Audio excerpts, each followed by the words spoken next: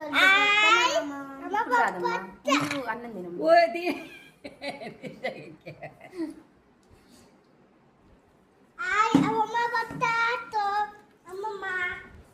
పచ్చడి బాగుందా పులివిక్కు? తింటావా?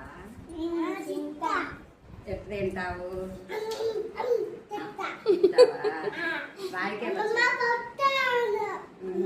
అమ్మమ్మ మంట అనవా?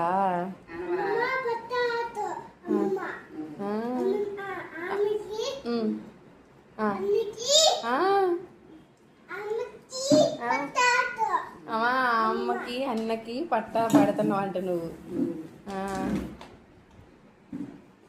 వదినా నీ అందింపు.